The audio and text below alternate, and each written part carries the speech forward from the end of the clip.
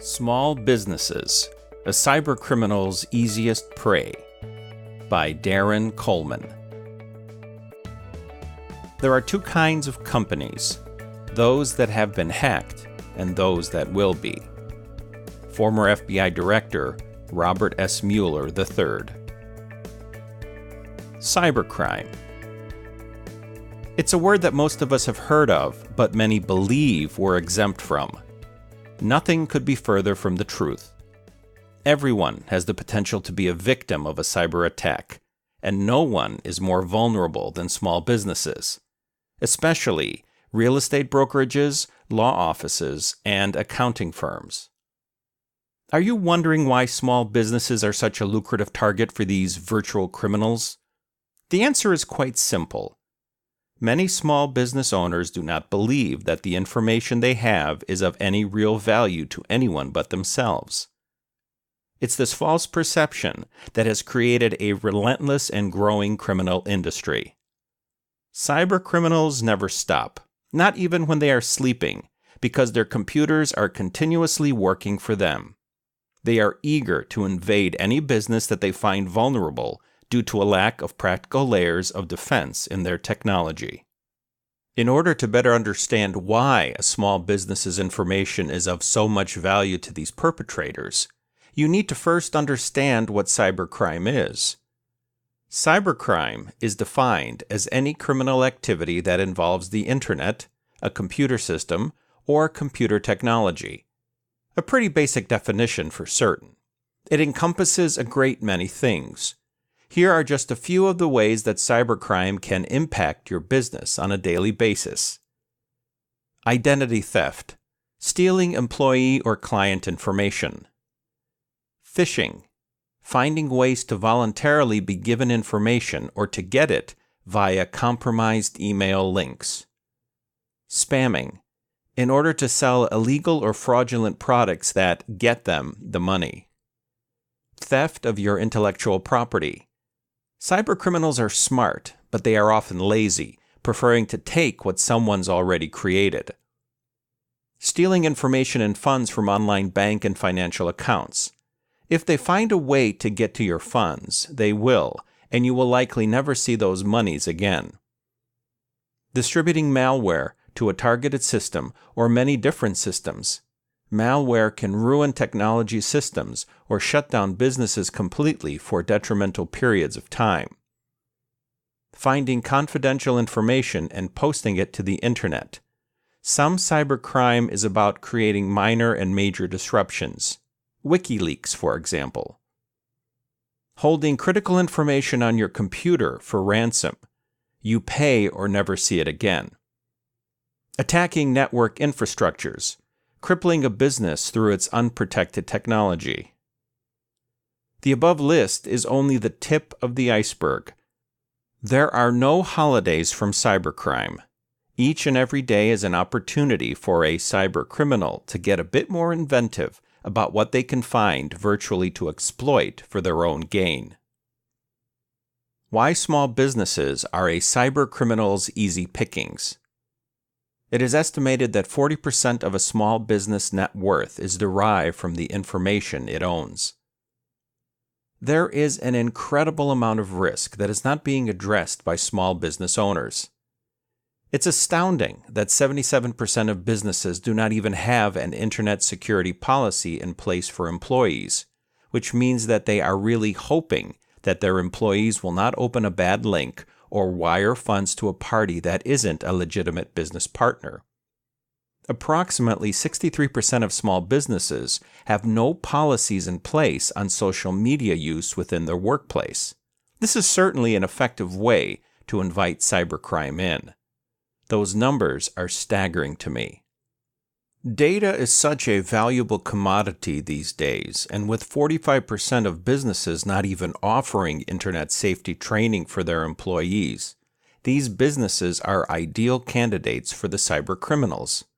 Furthermore, there is an even greater chance that the business may not even be aware that a cybercriminal has invaded their network for quite some time.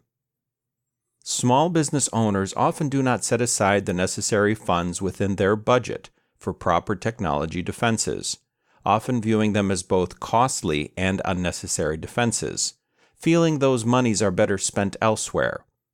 Or perhaps they are lacking in time, expertise to implement security defenses, an IT specialist on the payroll, risk awareness, employee training, updated systems to prevent cyber attacks, secure endpoints. When the defenses are down, the vulnerability can be easily exposed. Due to automation, cybercriminals can mass-produce attacks with very little investment. There are staggering stories out there about businesses that experienced significant loss, personally and financially, or were even completely shut down after a cyber breach. In some cases, they could not come back from the disaster, either due to lack of trust from their clients or because the loss was that significant. Here's a real-life example of what a cybercriminal did to one company. There was a California escrow company with 9 employees whose system became compromised without their knowledge. Escrow accounts have a significant amount of money that is streamed through them for real estate transactions. 3 requests were made from this escrow company to their bank to wire $500,000 overseas, one in December 2012 and 2 in January 2013. The bank had a system in place where they provided 2-factor authentication. However, the system was down at that time. They chose to send those wires anyway, despite this escrow company never having transferred funds overseas. The result of this hack and rapid loss of $1.5 million was that the escrow company was placed in receivership, a type of corporate bankruptcy where a receiver is appointed by the bankruptcy courts or creditors to run the company. Ultimately, these receivers usually are given the decision-making powers over all the assets and their management. This escrow company did not have the proper cyber training in place or good security defenses. A costly error that created a damaged reputation and 9 employees being out of a job. Examples like the escrow company's dilemma above are more prevalent than what many may think. In fact, according to a 2013 Ernst & Young survey, 96% of small businesses are unprepared for a cyber attack.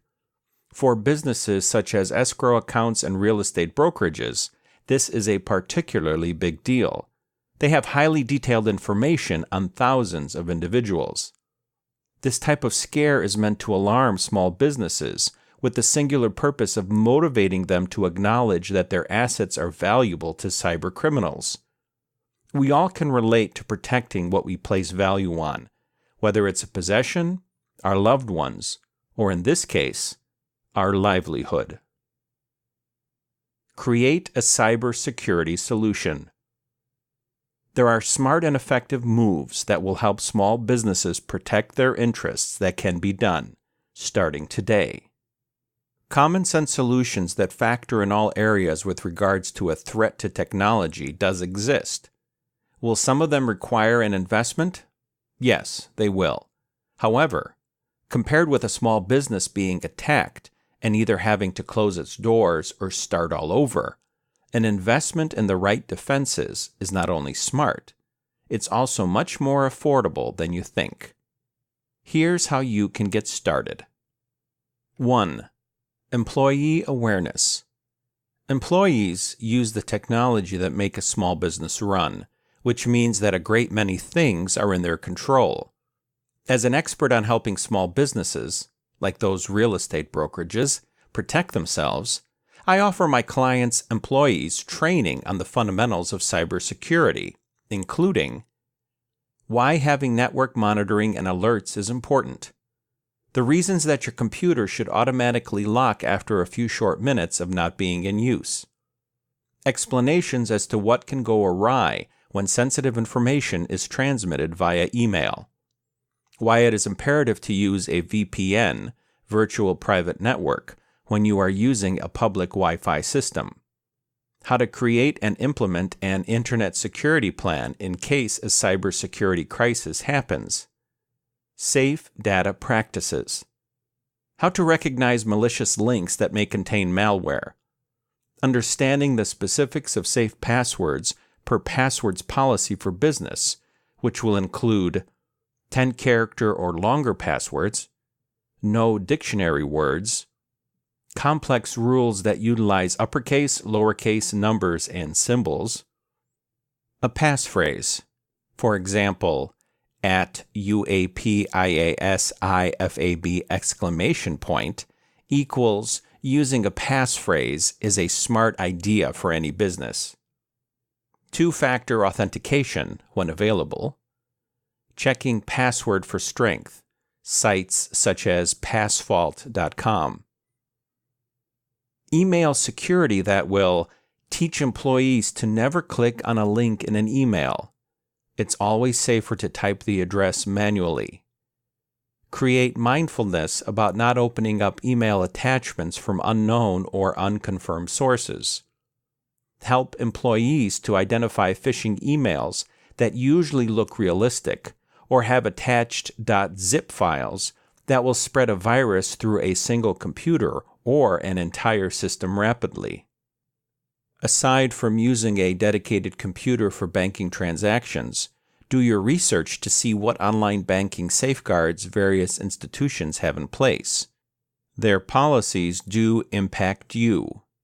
Look for two-factor authentication, treasury management, bank alert and notification policies. Who is responsible for unauthorized transactions? Knowing what banking Trojans exist to get your information. The best technology in the world is far less effective if employees are not properly trained on how it will protect the business assets and what they need to do with it specifically. 2. Physical security. Not everything that is associated with cybercrime prevention comes through a virtual connection or an employee's decisions.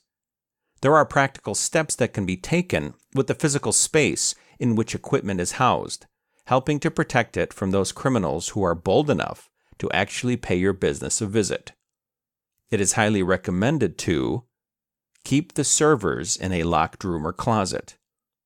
Pay attention to any guests or visitors who will be unescorted, particularly ones who you do not have an established working relationship with. Put in place policies against mobile workers leaving their laptops in plain sight in their vehicles or unattended in public places. Have systems in place to verify if information is being loaded onto USB drives by employees associated with intellectual property theft. Use data encryption to secure all information against loss or theft in event that a computer is stolen or infected. There have been instances where hackers would dress up like an IT person or some other professional, walk right into a business with the assumption that they wouldn't be properly vetted. They would quite literally go and place a virus on a business's server or download data from it. This is easily avoided once you are aware of the potential risks. 3. IT professional functions. IT professionals like me are passionate about knowing everything going on with technology and staying up to date on the latest risks, trends, and concerns. We have instant access to valuable data like this, whereas many businesses do not. Evaluating how everything is going once in a while, or when you have time, is not effective for prevention. What if something goes wrong the day after your last check and you don't discover it for a month? This is where Coleman Technologies really shines for our clients by offering security software installation on all computers, keeping it both updated with the latest patches and at maximum function. Installing hardware firewalls to block outside attacks. Installing intrusion detection systems, which will detect attacks from both outside the organization and inside the network.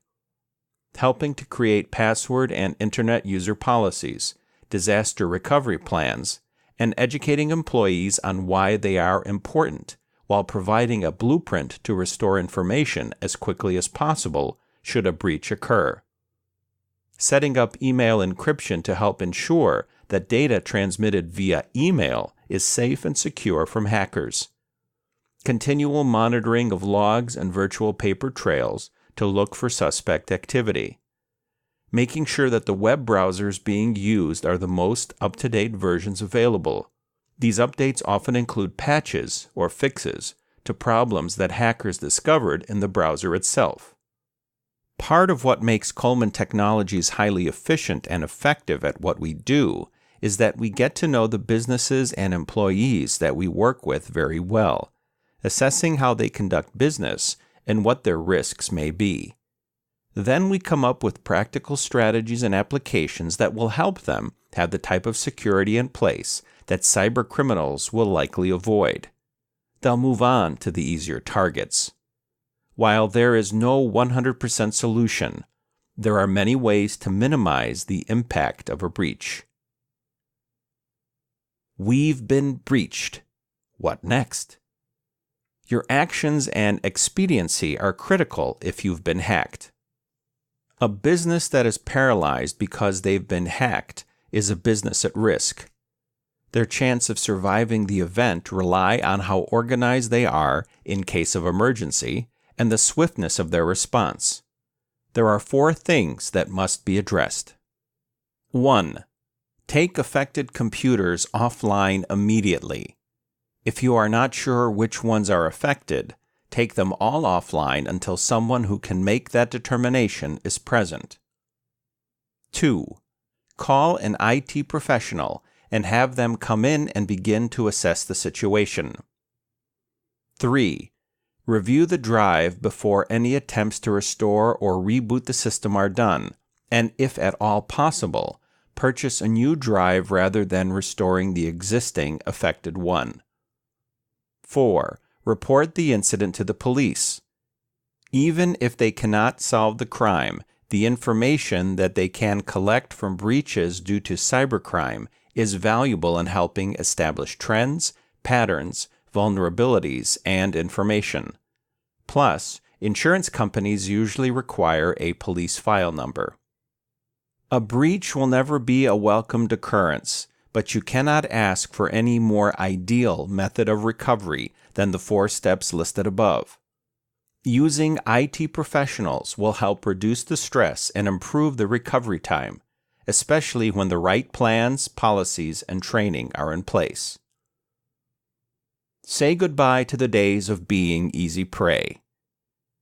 If you think of your small business's ability to avoid a cyber attack without the proper measures in place as a Las Vegas bet, you'd find that no one is going to think the odds are in your favor.